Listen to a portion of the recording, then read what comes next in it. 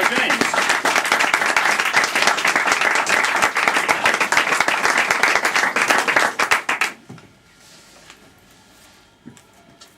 Have some water first, just in case.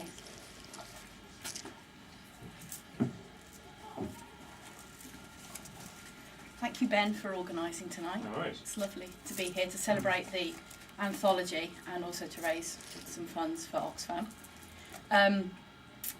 Now, I've spent some time thinking about poems for tonight. I've actually got some quite long ones to read later from the anthology, so I'm going to keep this set quite short.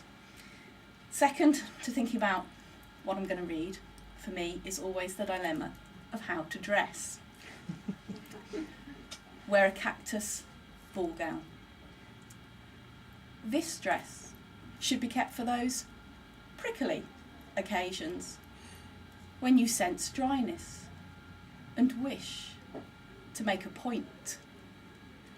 Take care. Such sun-sanded satin is not easily removed once you grow into its green sheen. Do not plan on letting anyone close. They will only get hurt. These flowers are not for picking. Instead, strengthen your spine. Prepare for the pain of being justly deserted. Above all, beware of the needles when you undress alone. They will make your skin bleed. Thank you. Spent quite a lot of time in France over the years. I studied French at university. So the next one is part memories from that, part also, one of my favourite poets is the poet Jacques Prévert, who also used to be a filmmaker. But it took me about 15, 20 years to work out how I could possibly get that into a poem. The je ne sais quoi of it. It's almost a kaleidoscope dream. That year, lazing on the brasserie terrace, breathing after his Gauloise. Pascal Obispo on the headphones. But one word, say oui, a non, maybe a peut-être, and I'm back in Prévert's Déjeuner du matin, replayed slowly in monochrome footage.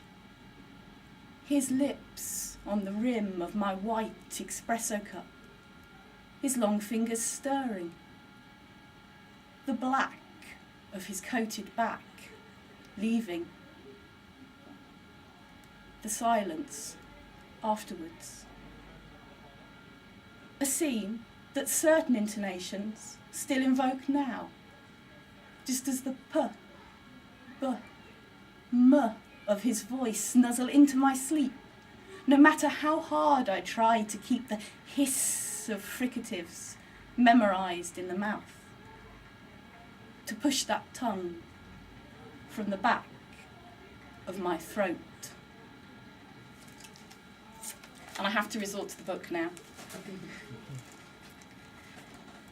The next one has no reason for me choosing it except that someone asked for it at the last reading I did in Coventry. Hemoglobin. Doctors sum up her loss in a plummeting language of numbers. They can't figure out how she's strong enough to stand. Her hemoglobin's all wrong. And her hemoglobin, that premature pixie thing in its trolley box. But she must concentrate. Her heart rate is fast. Reactions slow. Tablets won't help iron it out. She needs a transfusion. Red plastic is pumped into her arm through a kite string too slack to fly, while the grounded blanket wails, and rings still won't fit her stubby fingers. Fat cigars smoked, not to the baby's arrival, or the replacement of her lost lifeblood. No. Hot embers scar her arm. with the pain of something she's missing. And try and get these in the right order. I tend not to pick up newspapers anymore, largely because I can never find anything but bad news in them. But occasionally, when you pick up a newspaper, sometimes you'll find that little gem, that little miracle story that's been hidden somewhere. And that's what inspired the next poem. Unsubmerged. In Dominica, an earthquake cracked Roger's home like a walnut. His wife's omelette pan skipped off the stove. Their bed hopped the floor. Chairs pirouetted into shaking walls.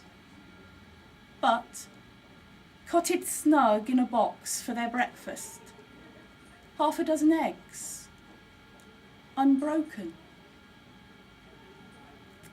Visiting his mother in Granada, a hurricane peeled her house like an orange.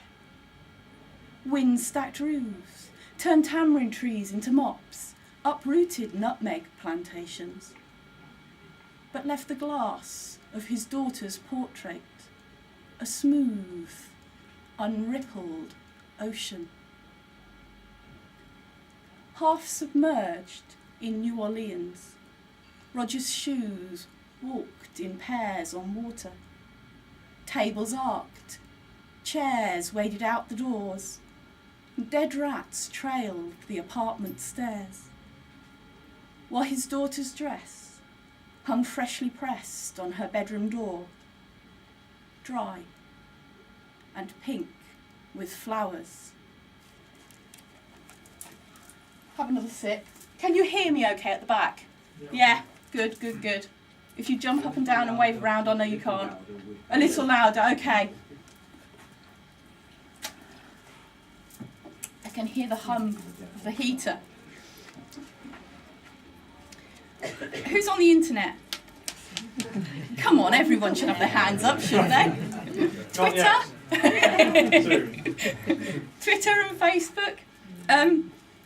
They're quite addictive. I wish I'd never discovered them. It's not so long ago that I did think a tweet was what a little bird did, not some strange portion of text that people followed. I've always felt the best way of coping with the internet is a little light-hearted humour. Missing mantra. The Dalai Lama is following my husband. We know it's true because Twitter told him so. It's not often one gets an email like that.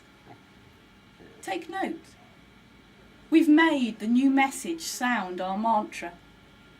Listen to it tick-tock time in the office. Chant lullabies into my sleep while my husband sits up in the dark, polishing his grit of wisdom in the hope he'll create a pearl. Thank you.